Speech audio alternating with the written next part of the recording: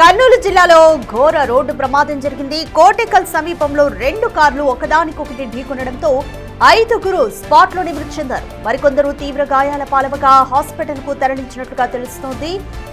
Victim screen మీద మీరు చూస్తున్నారు. ఫార్చునర్ కారు 2 కార్లు కూడా ఒకదానికొకటి ఢీకొని, ఇంకొకటి సుజుకి, మారుతి సుజుకి స్విఫ్ట్ అలాగే ఫార్చునర్, ఈ 2 కార్లు ఒకదానికొకటి ఢీకొని యాక్సిడెంట్ జరిగింది. అయితే స్పాట్ లోనే 5గురు మృతి చెందినట్లుగా తెలుస్తుంది. ఇంకా మరికొంతమంది ఈ యాక్సిడెంట్ వల్ల గాయపడినట్లుగా తెలుస్తుంది. వాళ్ళందరినీ కూడా హాస్పిటల్ కి తరలించి ట్రీట్మెంట్ అందిస్తున్నారు.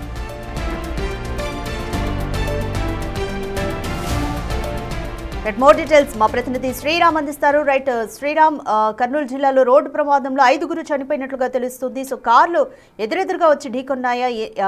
అసలు కారణం ఏంటి యాక్సిడెంట్ కి? గాయాల పాలైన వారి పరిస్థితి ఏ విధంగా ఉంది?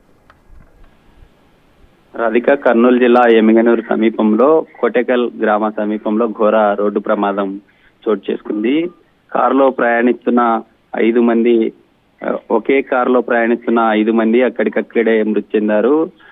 మరి కొంతమందికి గాయాలైనట్లుగా చెప్తూ ఉన్నారు. అయితే వారంతా కర్ణాటక రాష్ట్రానికి చెందిన కోలార్ జిల్లా చిక్కహోసల్ గ్రామానికి చెందిన వారిగా పోలీసులు గుర్తించినట్లు తెలుస్తుంది. అయితే 4 ఎవరైతే ఆ కారులో ఉన్నారో వారు కారులో చిక్కుకొని ఉండడంతో పోలీసులు క్రేన్లతో ఆ యొక్క వెహికల్లో ఉన్న వారందరినీ కూడా బయటికి తీసే ప్రయత్నం చేస్తూ ఉన్నటువంటి పరిస్థితి. ఎందుకంటే తెల్లవారుజామున అతివేగంగా వస్తున్నారా లేకుంటే నిద్రమత్తు కారణంగా ఈ ఘటన జరిగిందనే కోణంలో పోలీసులు అయితే దర్యాప్తు చేస్తున్నారు. అయితే మిగతా కొందరు గాయపడినటువంటి వారందరినీ కూడా ఎమ్మిగనూరు సమీపంలో ఉన్న ప్రభుత్వ హాస్పిటల్ కి తరలించి వైద్యం అందిస్తున్నటువంటి పరిస్థితి. ఇప్పటికే డిఎస్పీ భార్గవితో పాటు జరిగిన ప్రమాద ఘటన ఏ విధంగా చోటు చేసుకుంది అనే కోణంలో అక్కడికి వెళ్లి సహాయక చర్యలు చేపట్టినటువంటి పరిస్థితి. అయితే ఈ ప్రమాదం ఏ విధంగా జరిగింది, ఎమ్మిగనూరు నుండి ఆదోనికి వెళ్లే సమీపంలో కోటెకల్ గ్రామ సమీపంలో కొండ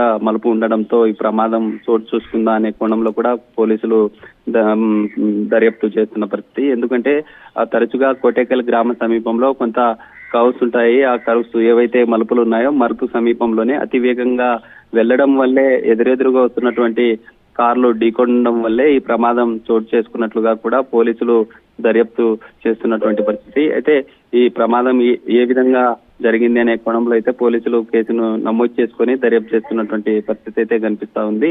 ఉదయం అక్కడ గ్రామ సమీపంలో ఉన్న వారంతా కూడా చూసేసరికి ఆ ప్రమాదం జరిగినట్లుగా పోలీసులకు చెప్పినట్లు తెలుస్తా ఉంది. రైట్ శ్రీరామ్, కోటేకల్ వద్ద మలుపులు ఉండడం వల్లే, ఓవర్ స్పీడ్ వల్ల ఈ ప్రమాదం జరిగిందని ఇప్పటివరకు ప్రాథమికంగా భావిస్తున్నారు. అసలు కోటేకల్ వద్ద మలుపుల వద్ద ఎటువంటి జాగ్రత్తలు ఇప్పటివరకు అధికారులు తీసుకోలేదా? అంటే సైన్ బోర్డ్స్ కానీ ఎట్లాంటివి పెట్టడం అలాంటివి? ఎమ్మిగనూరు నుండి ఆదోనికి వెళ్లే ఆ జాతీయ రహదారి ఏదైతే ఉందో నిత్యం ఇటు ఏపీ నుండి కర్ణాటకకు కనెక్ట్ గా ఉండేటటువంటి రోడ్డు, నిత్యం వెహికల్స్ ఇటు టూరిస్ట్ స్పాట్ అయినటువంటి మంత్రాలయం కూడా వేలాది మంది వస్తూ ఉంటారు. ఆ మార్గం గుండా ప్రయాణిస్తూ ఉంటారు. కానీ ఆ మలుపుల సమీపంలో అధికారులు కొన్ని సూచిక బోర్డులను నియమించిన వాహనదారులు మాత్రం వాటిని ఎక్కడా పట్టించుకున్నటువంటి పరిస్థితి. కొన్ని చోట్ల అధికారుల నిర్లక్ష్యం క్లియర్ గా కనిపిస్తూ ఉంది.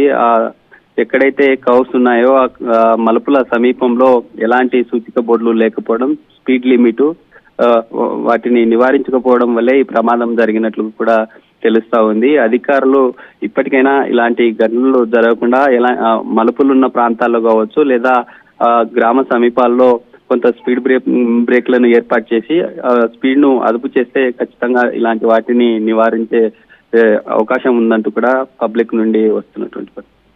Thank you Sriram.